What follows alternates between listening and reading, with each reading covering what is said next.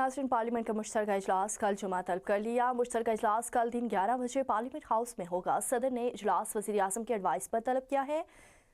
अहम खबर आपको दे रहे हैं। आपको बताएं कि पार्लियामेंट का मुश्तरका इजलास कल जुमा तलब कर लिया गया। मुश्तरका इजलास कल दिन 11 बजे पार्लियामेंट हाउस में होगा। सदर ने इजलास वज़ीर आज़म के एडवाइस पर तलब किया है। मुश्तरका इजलास कल दिन 11 बजे होगा। पार्लियामेंट का मुश्तरका इजलास कल जुमा तलब कर लिया। मुश्तरका इजलास कल दिन 11 बजे पार्लियामेंट हाउस में होगा।